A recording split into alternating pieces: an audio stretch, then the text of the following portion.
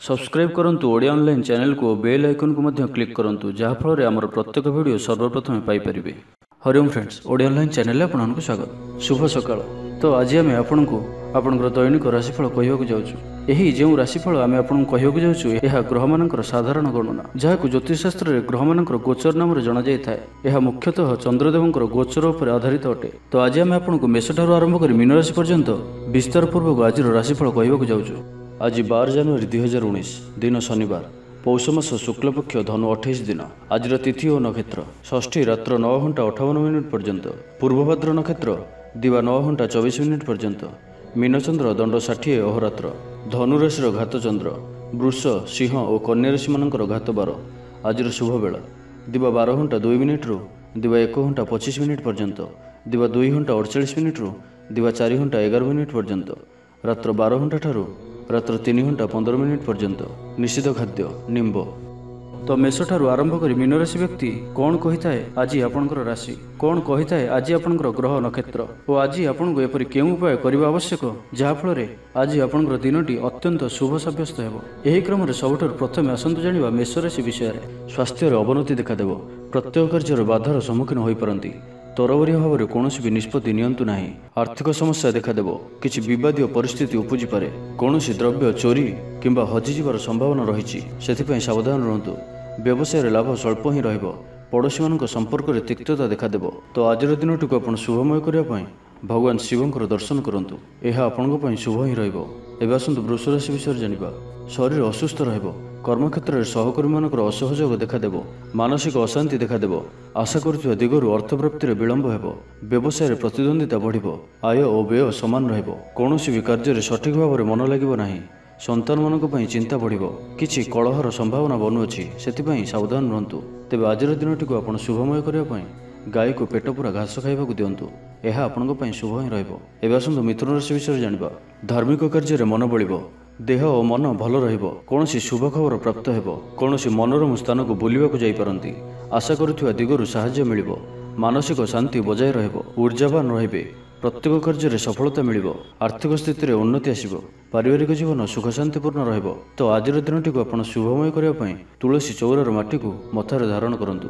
यह आपण शुभ ही रहिबो। एबे आसंतु कर्कट राशि विषय जानिबा। मानसिक अशांति देखादेव। कर्मक्षेत्र में चापर सम्मुखीन होई परंती। किछि स्वास्थ्यजनित समस्या पई चिंतित रहिबे। पड़ोशी मानक सह मतभेद देखादेव। व्यवसाय लाभ स्वल्प ही रहिबो। पिलामाने अबाध्य हेबे। किछि ऋण करि परंती। दूरयात्रा असफल होई पारे। दाम्पत्य जीवन में किसी समस्या देखादेव। अजथा खर्च वृद्धि पाइब। तो आज दिनटी को आप शुभमय करने गरीब और असहाय लोक किसी साहाय्य करंतु। यह आपण शुभ ही रहिबो। एबे आसंतु सिंह राशि विषय जानिबा। देह सामान्य असुस्थ रहिबो। जानवाहन में त्रुटि देखादेव। परिवार में किसी अशांति देखादेव। आय तुलन में व्यय अधिक ही रहिबो। विरोधी मानक प्रति सावधान रुहतु। व्यवसाय क्षतिर सम्मुखीन होई परंती। कौन निजर व्यक्ति शत्रुता पर आचरण करेंगे। अनिच्छा सत्वे कार्य करने को बाध्य हेबे। तो आज दिनटी को आप शुभमय करने नृसिंह भगवान को दर्शन करंतु। यह आपण शुभ ही रहिबो। एबे आसंतु कन्या राशि विषय जानिबा। किछि छोटिया मोटिया शारीरिक समस्या देखा देई पारे। प्रत्येक कार्य में बाधा उपजिबो। ऊर्जार अभाव रहिबो। कर्मक्षेत्र में सहकर्मी मानक असहयोग देखादेव। दाम्पत्य जीवन किसी समस्या मध्य गति करिबो। पूर्व योजना अनुसार कार्य करिबारे असमर्थ हेबे। आलस्य वृद्धि पाइबो। तो आज दिनटी को आप शुभमय करने हनुमान जी को दर्शन करंतु।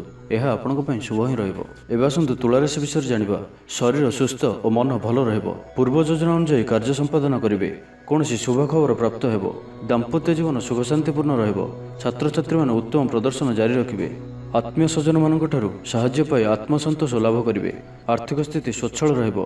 पड़ोशी मानक सह उत्तम संपर्क बजाय रहिबो। तो आज दिनटी को शुभमय करने क्षीर रे अल्प हलदी गुंड पकाई पियंतु। यह आपण शुभ ही रहिबो। एबे आसंतु वृश्चिक राशि विषय जानिबा। मानसिक अवसाद देखादेव। किछि शारीरिक समस्या पई डाक्तर परामर्श लोडिबे। आय अपेक्षा व्यय अधिक ही रहिबो। महिला मानक पई आजिर दिनटी घोर अशांति कटिबो। राजनैतिक व्यक्ति निंदा अपवादर सम्मुखीन हेबे। व्यवसाय लाभ स्वल्प ही रहिबो। अजथा खर्च वृद्धि पाइब। दाम्पत्य जीवन में किसी समस्या देखा दे पारे। तेबे आजिर दिनटी को आपण शुभमय करने पिंपुड़ी किंबा नाली रंगर जंदा को किछि मीठा खाइबाकू दियंतु। यह आपण शुभ ही रहिबो। एबे आसंतु धनुराशि विषय जानिबा। कर्मक्षेत्र में चापर सम्मुखीन हेबे। कौनसी भी विवादीय मंतव्य दूरेई रुहंतु। अनिच्छा सत्वे कार्य करिवे। अजथा खर्च वृद्धि पाइब। किछि स्वास्थ्यजनित समस्या देखा दे पारे। तेबे आज धनुराशि घातचंद्र भोग थिबारु सतर्क रुहंतु। ଯେତେ ଦୂର ସମ୍ଭବ ଦୂରଯାତ୍ରାରୁ ନିବୃତ୍ତ ରୁହନ୍ତୁ। ଯଦି ଏପରି ସମ୍ଭବ ନ ହୁଏ ତେବେ ସାବଧାନ ରୁହନ୍ତୁ। ରିସ୍କ ନେବା ଭଳି କୌଣସି ବି କାର୍ଯ୍ୟ କରନ୍ତୁ ନାହିଁ। ତେବେ ଆଜିର ଦିନଟିକୁ ଆପଣ ଶୁଭମୟ କରିବା ପାଇଁ ହନୁମାନଜୀଙ୍କର ଦର୍ଶନ କରନ୍ତୁ। ଏହା ଆପଣଙ୍କ ପାଇଁ ଶୁଭ ହିଁ ରହିବ। ଏବେ ଆସନ୍ତୁ ମକର ରାଶି ବିଷୟରେ ଜାଣିବା। ଦେହ ଓ ମନ ଭଲ ରହିବ। ସମ୍ପୂର୍ଣ୍ଣ ଦିନଟି ମନରେ ପ୍ରସନ୍ନତା ରହିବ। ପାରିବାରିକ ଜୀବନ ହର୍ଷ ଉଲ୍ଲାସପୂର୍ଣ୍ଣ ରହିବ। ଆତ୍ମସନ୍ତୋଷ ଲାଭ କରିବେ। ବ୍ୟବସାୟ ଲାଭପ୍ରଦ ରହିବ। କୌଣସି ଶୁଭ ଖବର ଶୁଣିବାକୁ ମିଳିବ। ଇଚ୍ଛା ଅନୁଯାୟୀ କାର୍ଯ୍ୟ କରିବେ। ଷ୍ଟୁଡେଣ୍ଟସ୍ ମାନେ ପଢ଼ାପଢ଼ିରେ ଭଲ ପ୍ରଦର୍ଶନ କରିବେ। ମହିଳାମାନେ ଗୃହ ନିପୁଣ ରହିବେ। ତ ଆଜିର ଦିନଟିକୁ ଆପଣ ଶୁଭମୟ କରିବା ପାଇଁ କୁନି ପିଲାଙ୍କ ମଧ୍ୟରେ କିଛି ମିଠା କିମ୍ବା ଚକୋଲେଟ୍ ବାଣ୍ଟନ୍ତୁ। ଏହା ଆପଣଙ୍କ ପାଇଁ ଶୁଭ ହିଁ ରହିବ। ଏବେ ଆସନ୍ତୁ କୁମ୍ଭ ରାଶି ବିଷୟରେ ଜାଣିବା। ପାରିବାରିକ ଜୀବନ ସୁଖ ଶାନ୍ତିପୂର୍ଣ୍ଣ ରହିବ। ଯାହା ଇଚ୍ଛା କରିବେ ତାହା କରିପାରିବେ। ଶରୀର ସୁସ୍ଥ ଓ ମନ ଭଲ ରହିବ। ମହିଳାମାନେ କର୍ମକ୍ଷେତ୍ରରେ ପ୍ରଶଂସିତ ହେବେ। ବ୍ୟବସାୟ ଲାଭପ୍ରଦ ରହିବ। ଅବସର ସମୟର ସଦୁପଯୋଗ କରିବେ। ଆର୍ଥିକ ସ୍ଥିତି ସ୍ୱଚ୍ଛଳ ରହିବ।